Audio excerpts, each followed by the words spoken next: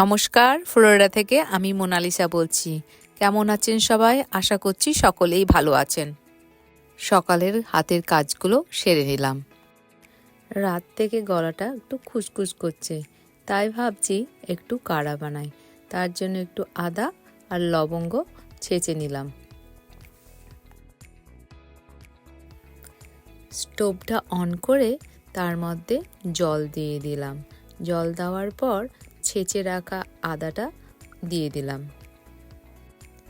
এবার তাতে গোলমরিচের গুঁড়ো দিয়ে ঢাকা দিয়ে দিলাম। কাড়াটা একটু গরম আছে, ততক্ষণে আমি ফলের ট্রেতে ফল রেখে দিই। মাত্র 2টো কমলা লেবু পড়ে আছে, ওর মধ্যে কটা কিউই আর পেয়ারা রেখে দিলাম।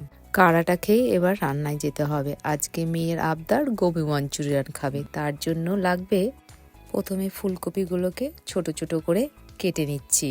যখনই বাজার থেকে ফুলকপি আনি তখনই আমার মেয়ে বলে, মা আজকে গোবি মাঞ্চুরিয়ান বানাবে। এবার ফুলকপিগুলোকে কেটে ভালো করে ধুয়ে নিলাম।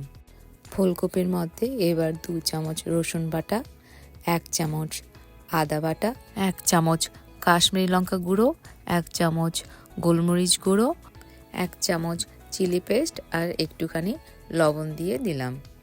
এবার সব কিছু দিয়ে ভালো করে ওগুলোকে মিক্স করে কিছুক্ষণের জন্য ঢাকা দিয়ে রেখে দিলাম। এবার মশলা মাখা ফুলকপিগুলোর মধ্যে 2 চামচ মতো ময়দা আর 2 চামচের মতো কর্নস্টার্চ দিয়ে দিলাম।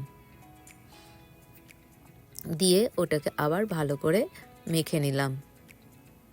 ফুলকপিগুলো এবার মাখা হয়ে গেল। চলুন একটা সস বানিয়ে নিই।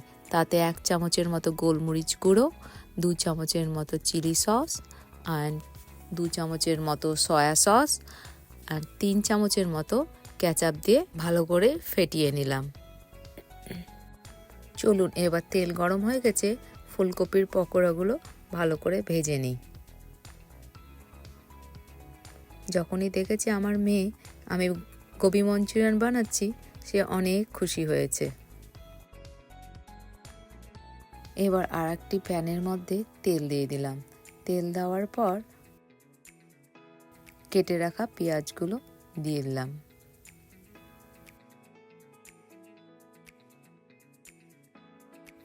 পেঁয়াজগুলো ভাজা ভাজা হয়ে গেলে ওর মধ্যে 1 চামচের মতো রসুন বাটা দিয়ে দিলাম। রসুন বাটা ভাজা হয়ে গেলে কেটে রাখা পেঁয়াজগুলির সাদা অংশটা দিয়ে দিলাম। এবার ভালো করে পেঁয়াজগুলোকে ভাজবো। ভাজা হয়ে গেলে ওর মধ্যে যে বানিয়ে রাখা সসটা ছিল ওটা দিয়ে দেব।